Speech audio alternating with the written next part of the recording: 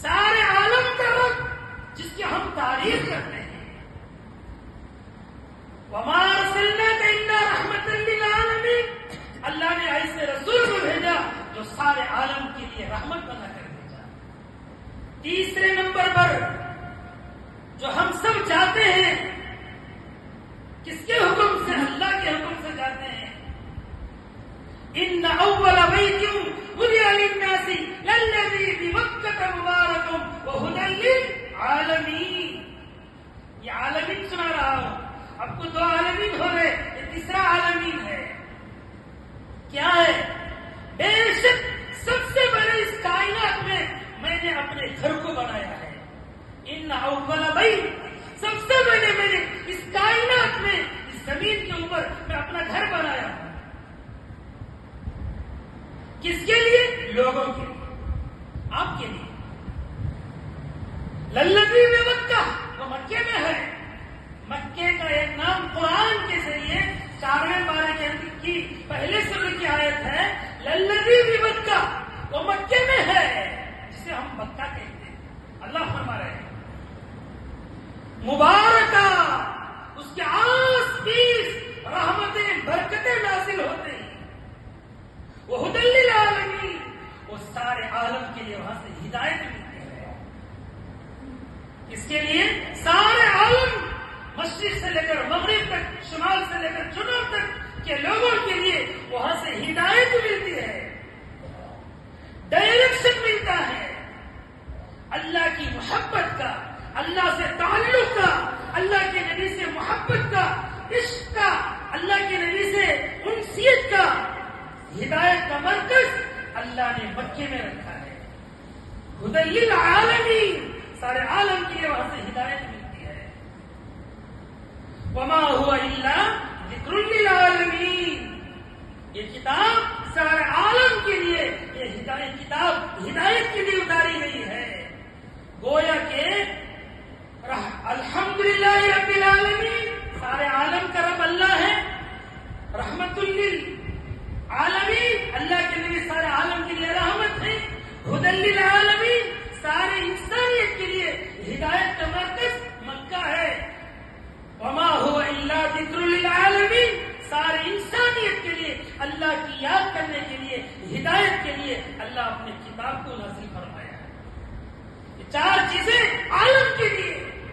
گویا کہ میں جو کہنا چاہ رہا تھا وہ اللہ کے نبی علیہ الصلوۃ والسلام صرف مکے کے لیے نہیں، صرف مدینے کے لیے نہیں، صرف عرب کے لیے نہیں، عرب سے لے کر عجم تک، شمال سے لے کر جنوب تک، زمین کے لیے، آسمانوں کے لیے، سمندروں میں رہنے والوں کے لیے، زمین کی تہ سے لے کر عرش کے اعظم تک جتنے فرشتے ہیں وہ سب کے لیے رحمت للعالمین ہے.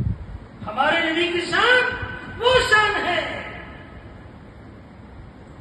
یہ عرض اس لیے کر رہا ہوں تحفظ ختم نبوت،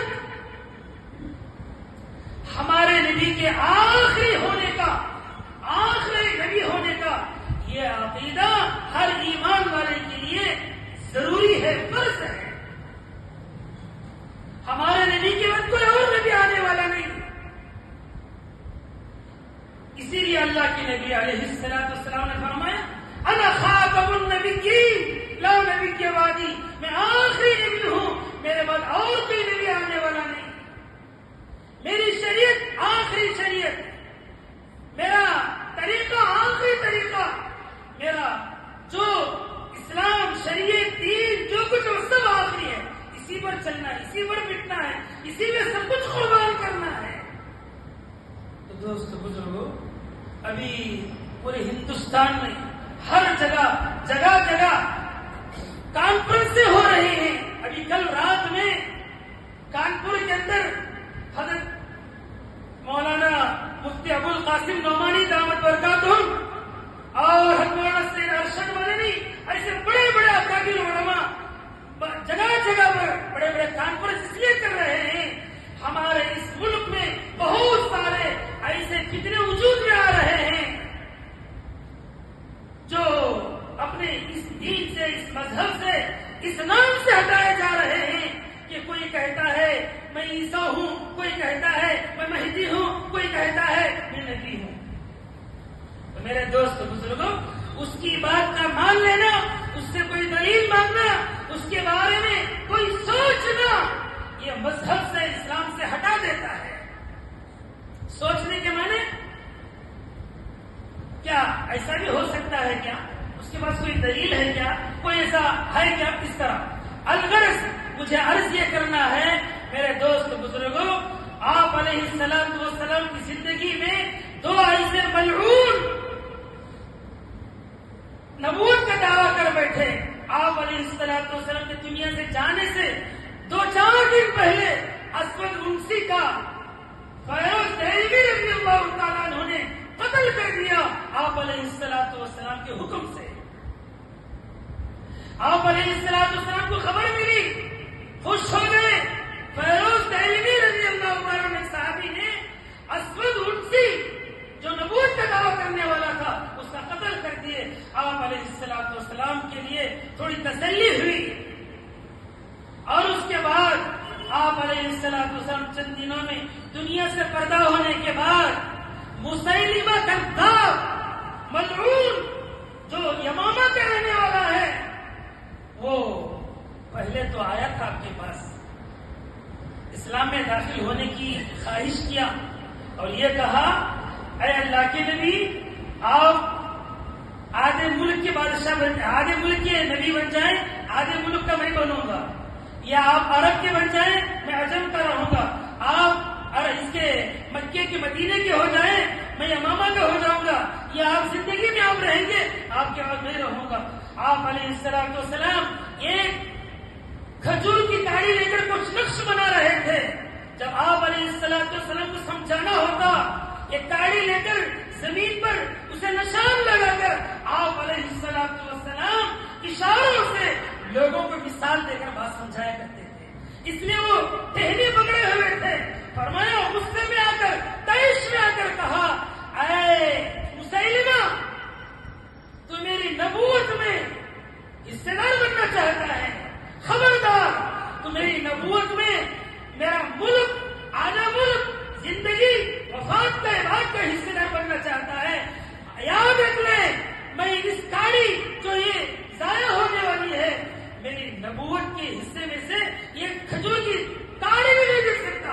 نکل جائے یہاں سے، تجھے بیعت بھی کرنے کی ضرورت نہیں. چلے گیا.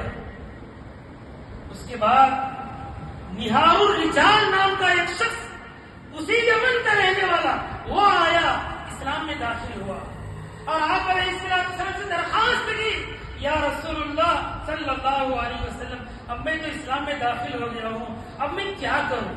میں دوسرے کے لیے کیا کر سکتا ہوں؟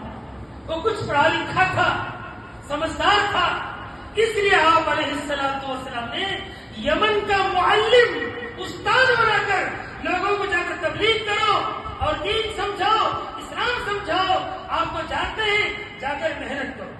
یمن کے لیے روانہ کر دیا. وہ جیسے ہی وہاں گیا مسیلمہ کذاب کے ساتھ مل کر، وہاں جا کر مرتد ہو گیا، اسلام چھوڑ دیا، اس کا پارٹنر بن گیا. جا کر وہاں کہنے لگا رجال النہار، یہ مرتد ملعون، اس نے کہا محمد صلی اللہ علیہ وسلم نے آدھی نبوت مسلمہ کو دے دی ہے، غلط، جھوٹ جا کر وہاں پھیلا دیا. اب وہ بھولے بھالے بہت سارے، جب 1.25 لاکھ صحابہ کی تعداد تھی تو مسیلمہ کذاب کے ماننے والوں کی 1 لاکھ کی تعداد ہو گئی. مذہب چھوڑ کر جو نئے ماننے والے وہ بھی مان گئے، بہت سارے پرانے جو مذہب میں داخل ہو گئے تھے وہ بھی داخل ہو گئے. اس کی عمر جب اس کا قتل کیا گیا 160 سال کی. اللہ کے نبی نے فرمایا یہ میرے والد کے، اللہ کے نبی علیہ السلام کے والد حضرت عبداللہ کی عمر کے سے بھی پہلے کا، یعنی ان سے ہمارے والد کی عمر سے بھی زیادہ عمر والا، ان سے پہلے پیدا ہونے والا شخص مسیلمہ کذاب تھا. تو بڑا بدصورت، بڑا طاقتور، بڑا فتیل، بڑا غلط سوچنے میں بہت آگے تھا.